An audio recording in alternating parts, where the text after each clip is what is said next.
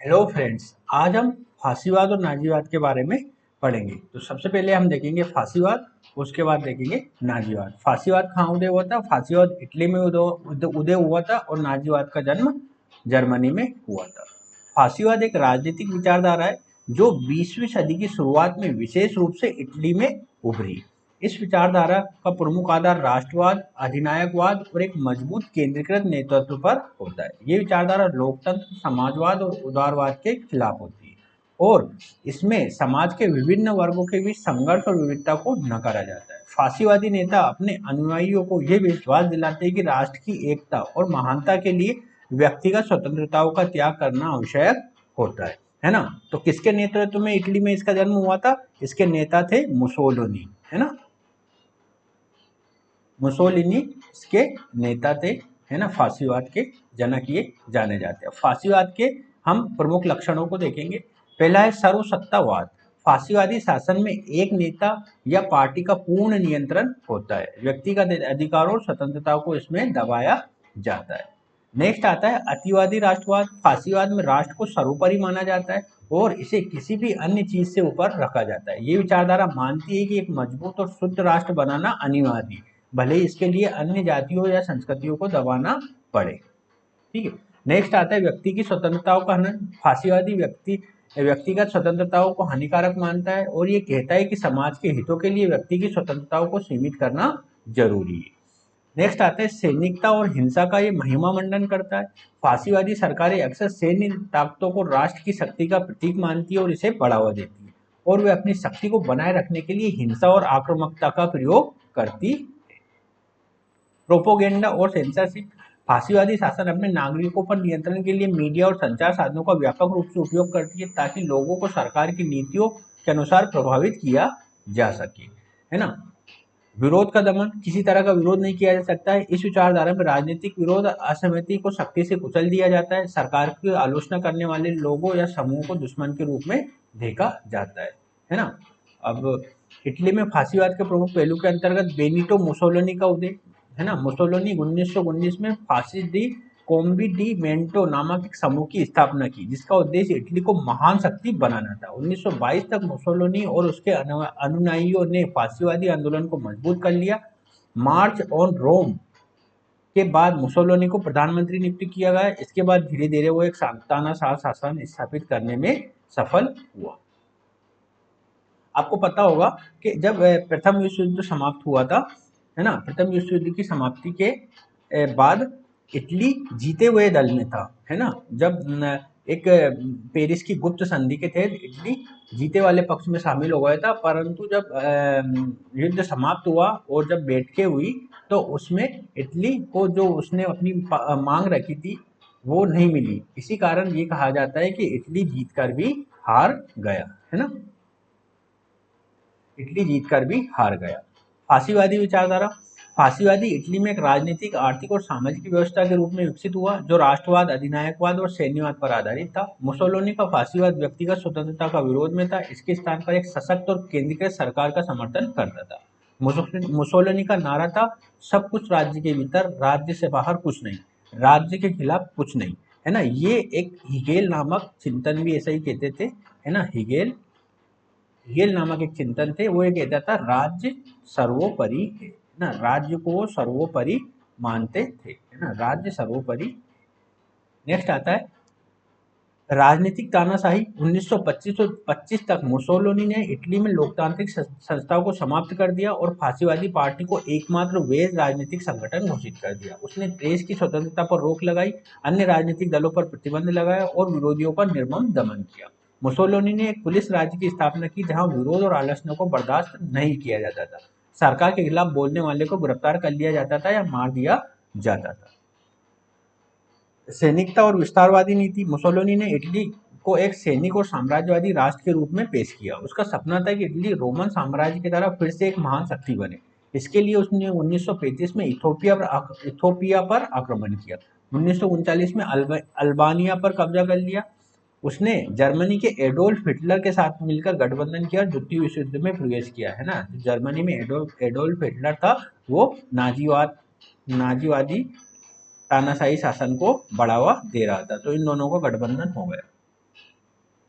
आर्थिक और सामाजिक नियंत्रण, फांसीवाद ने इटली की अर्थव्यवस्था पर भी व्यापक नियंत्रण स्थापित किया। हालांकि ये सीधे तौर पर साम्यवाद की तरह राज्य के पूर्ण नियंत्रण की वकालत नहीं करता था, लेकिन उद्योग, श्रमिक संघ और व्यवसायियों को सरकार की निगरानी में काम करना पड़ा। इसके तहत मजदूरों और उद्योगपतियों के बीच संघर्ष को दबाने के लिए कॉरपोरेट स्टेट मॉडल अपनाया गया, जिसमें सरकार की ओर से तय किया जाता था कि किसे क्या करना है।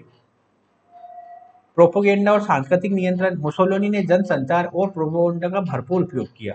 उसने अपने शासन को वैध ठहराने और लोगों में राष्ट्रवाद की भावना भरने के लिए मीडिया और कला का इस्तेमाल किया। स्कूलों में भी फांसीवादी विचारधारा को बढ़ावा दिया और बच्चों को सैन्य प्रशिक्षण दिया जाता था ताकि वे भविष्य में फांसीवादी सैनिक बन सके। नेक्स्ट आता है फांसीवाद का पतन कैसे हुआ इटली में। द्वितीय विश्व युद्ध के दौरान, है ना, द्वितीय विश्व युद्ध के दौरान जब इटली को लगातार हार का सामना करना पड़ा तो मुसोलिनी का शासन कमजोर हो गया। 1943 में इटली के राजा ने मुसोलिनी को प्रधानमंत्री पद से हटा दिया और उसे गिरफ्तार कर लिया। हालांकि जर्मनी ने उसे बचा लिया और उत्तरी इटली में एक कठपुतली सरकार स्थापित की, लेकिन 1945 में मुसोलिनी को पकड़ लिया गया और मार दिया गया। इसके साथ ही इटली में फांसीवादी शासन का अंत हो गया, है ना। फांसीवाद के दौरान इटली ने राजनीतिक स्वतंत्रता, मानवाधिकार और आर्थिक स्थिरता खो दी। राष्ट्रवाद और सैन्य विस्तारवाद के नाम पर देश को युद्ध में झोंक दिया गया, जिससे इटली को अपार क्षति हुई। मुसोलिनी का फांसीवादी शासन अन्य तानाशाहों के लिए एक मॉडल बना और इसका असर दूसरे देशों पर भी पड़ा, खासकर जर्मनी के जो हिटलर थे उसके नाजीवाद पर इसका काफी व्यापक असर पड़ा। अब हम जानेंगे जर्मनी में हिटलर का नाजीवादी शासन। जर्मनी में हिटलर का नाजीवाद 20वीं सदी की सबसे महत्वपूर्ण और भयंकर राजनीतिक घटनाओं में से एक थी। नाजीवाद का उदय 1930 के दशक में हुआ और इसका प्रमुख चेहरा एडोल्फ हिटलर था, जिसने जर्मनी में तानाशाही शासन स्थापित किया। द्वितीय विश्व युद्ध के कारण और द्वितीय विश्व युद्ध का ये कारण बना। हिटलर का नाजी शासन राष्ट्रवाद, नस्लवाद, यहूदी विरोधी, अधिनायक विरोधी और सैनिकता पर आधारित था, है ना।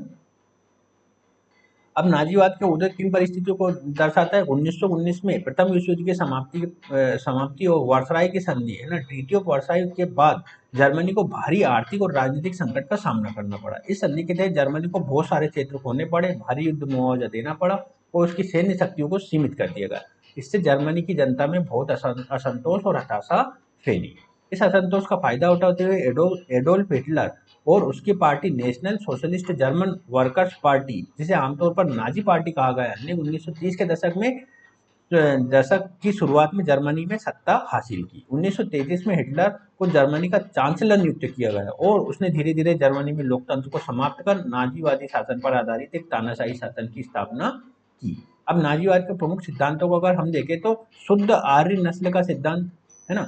हिटलर और नाजी विचारधारा मानते थे कि जर्मन जाति सबसे श्रेष्ठ है। उसका दावा थे कि आर्य लोग शुद्ध रक्त वाले जो विश्व में सभ्यता के विकास के असली करता है। नाजीवाद में आर्य जाति की शुद्धता बनाए रखने पर जोर दिया गया और इसके तहत अन्य नस्लों, खासकर यहूदियों, स्लावों, रोमा लोगों को हीन माना जाता था। यहूदी विरोधी इनकी विचारधारा थी। नाजीवाद का प्रमुख पहलू यहूदी विरोधी था। हिटलर और नाजी पार्टी ने यहूदियों को जर्मनी की समस्याओं का कारण माना, उन्हें नष्ट करने की योजना बनाई। हिटलर की पुस्तक मीन केम्प में उसने यहूदियों के प्रति अपनी घृणा व्यक्त की। 1935 के न्यूनबर्ग कानूनों के तहत यहूदियों के अधिकार छीन लिए गए और उन्हें जर्मन समाज से अलग थलग कर दिया गया।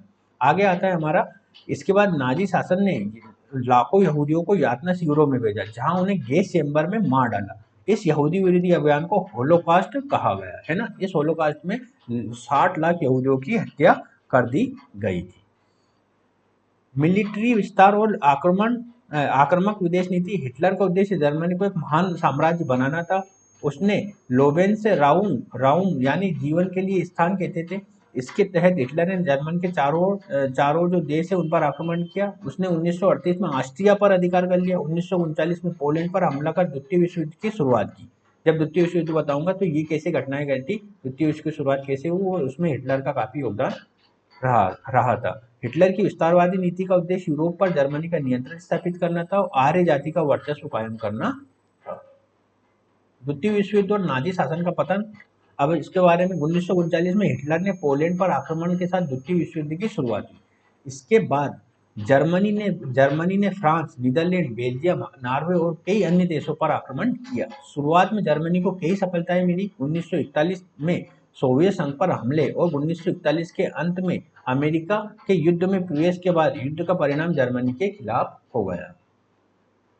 1945 तक जर्मनी को लगातार हार का सामना करना पड़ा और अंततः हिटलर ने 30 अप्रैल 1945 को आत्महत्या कर ली। इसके बाद नाजी शासन का पतन हो गया और जर्मनी ने बिना शर्त आत्मसमर्पण कर दिया, है ना। नाजीवाद का प्रभाव और विरासत को अगर हम देखें तो सबसे पहले होलोकास्ट, नाजी शासन की सबसे बड़ी और भयंकर विरासत होलोकास्ट है। इसमें लगभग 60 लाख यहूदियों के अलावा रोमा, स्लाव, समलैंगिक और अन्य अल्पसंख्यकों को मारा गया। यातना शिविरों में लोगों को अमानवीय परिस्थितियों में रखा गया और सामूहिक हत्याएं की। युद्ध अपराध और न्यूनबर्ग ट्रायल। द्वितीय विश्व युद्ध के बाद नाजी नेताओं पर न्यूनबर्ग ट्रायल में युद्ध अपराधों, मानवता के खिलाफ अपराधों और नरसंहारों के आरोप लगाए गए। कई नाजी नेताओं को फांसी दी गई और बाकी को लंबी सजा हुई। जर्मनी का विभाजन हो गया। द्वितीय विश्व युद्ध के बाद जर्मनी को 2 हिस्सों में विभाजित कर दिया गया, एक पूर्वी जर्मनी और एक पश्चिमी जर्मनी। ये विभाजन कब तक चला? 1990 तक चला, जब तक बर्लिन की दीवार ढह नहीं गई। नाजी विचारधाराओं का विरोध। नाजीवाद ने पूरी दुनिया को अधिनायकवाद, नस्लवादी और विस्तारवादी नीतियों के खतरों से अवगत कराया। इसके बाद दुनिया भर में नाजी विचारधारा को नकारा गया और उनके खिलाफ सख्त कानून बनाए गए। निष्कर्ष हम क्या लिख सकते हैं? हिटलर का नाजी शासन एक कठोर और अमानवीय शासन था जिसने पूरे यूरोप को युद्ध की आग में झोंक दिया। लाखों निर्दोष लोगों की जान गई। नाजीवाद ने दिखाया कि किस प्रकार कट्टर राष्ट्रवाद, नस्लवाद और तानाशाही मानव के लिए कितनी बड़ी त्रासदी बन सकती है। नाजी शासन का पतन अधिनायकवाद विचारधारा के खिलाफ एक महत्वपूर्ण मोड़ बना। इसके बाद से दुनिया में लोकतंत्र, मानवाधिकार और शांति की ओर बढ़ने के प्रयास तेज हुए। अब एक प्रश्न हम देखेंगे, फासीवाद और नाजीवाद में एकता के बिंदु तो आकर्षक है ही, असमानता के बिंदु भी कम आकर्षक नहीं है। इसमें ये बताया जाएगा कि फासीवाद और नाजीवाद के जो समानता के बिंदु लिखे जाएंगे, जैसे लोकतंत्र विरोधी थे, है ना, और साम्यवादी विरोधी थे, उद्दंड पार्टी कार्यकर्ता थे, इस तरह से। और अब इसके ये दोनों समानता हुई। और नाजीवाद के कुछ विशेष तत्वों को इसमें बताना है, जैसे शुद्ध आर्य नस्ल का सिद्धांत, है ना, होलोकास्ट जो हुआ था, है ना, शुद्ध आर्य नस्ल का सिद्धांत, यहूदियों को जो मारने का जो वो उन्होंने बनाया था, होलोकास्ट जिसे कहते हैं वो। और उसके बाद अगर देखा जाए तो रक्त और लौह और रक्त की नीति भी इन्होंने चलाई थी, है ना। तो ये वीडियो हम यही समाप्त करते हैं। अगले वाले वीडियो में हम द्वितीय विश्व युद्ध के साथ बढ़ेंगे। तब तक के लिए नमस्कार।